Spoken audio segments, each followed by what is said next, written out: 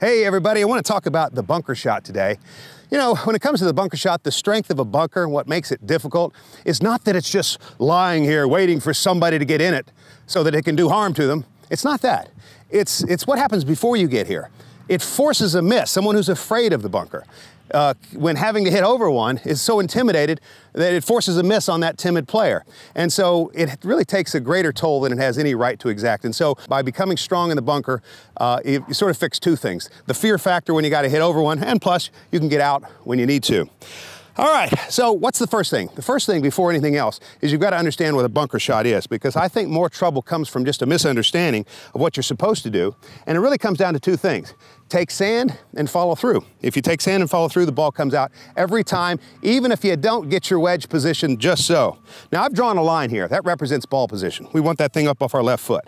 To hit a good bunker shot, I've got to be able to enter the sand before the ball, exit after it, and follow through to something that looks like a complete finish.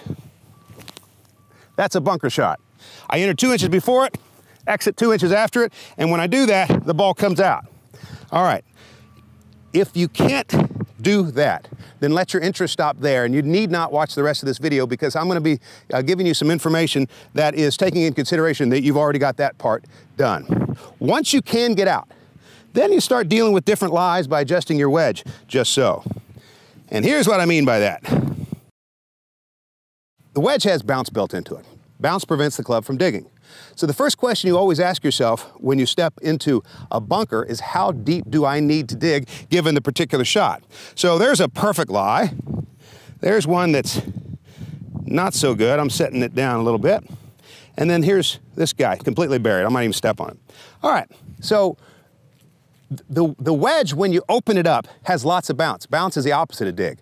And so whenever you make sure you don't want this club to dig very much, you open it wide open. So when you have a perfectly clean line, you ask yourself, do I need to dig? Well, no, it's sitting up. I don't have to dig much. That's when you open your wedge. An open wedge has lots of bounce. Bounce won't dig. Take sand, follow through, the ball comes out every time. All right. Now we're going to talk about the little grubby shot here. It's buried a little bit. Do I need to dig? That's the question here. The answer is yeah, I need to dig a little bit. Well, how do I do that? I position my wedge a little bit square, perhaps even closed a little bit. Do I like it? No, because I can't be sure how much it's going to roll, but we can get it out of there.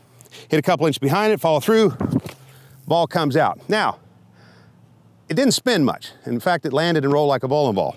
But hey, you know, I've got to get myself out of here, and I was able to do that. Do I need to dig? Yes, the ball is buried. If the ball is buried, you've got to dig. And to do that, what do I want to do? I want to make sure that I play the ball a little farther back and close this wedge. A closed wedge can get through anything. Keep that in mind. This isn't a brute strength shot, just because you got to get it down into the sand. You know, the strongest man in the world cannot take a number 2 pencil and drive a 6-penny nail into a 2x4. But a 6-year-old girl can do it with a hammer. So if you have the right tool, you don't have to rely on strength. So what do? I close this thing so that it will cut through there nicely. Do I need to dig? Darn right, but I've got the tool, and here we go. And it comes out just fine. And so let's talk about what we did here today. Number one, trying to make sure that we always, at the very least, are adhering to those two main fundamentals. Take sand and follow through. If you do that, you'll find the ball comes out each and every time. Once you get beyond that, and that's something you can do with something approaching regularity, that's when you start adjusting your wedge. The cleaner the lie, the more you open it, the more buried the ball is, the more you close it, and I know that will help you. Thanks for watching.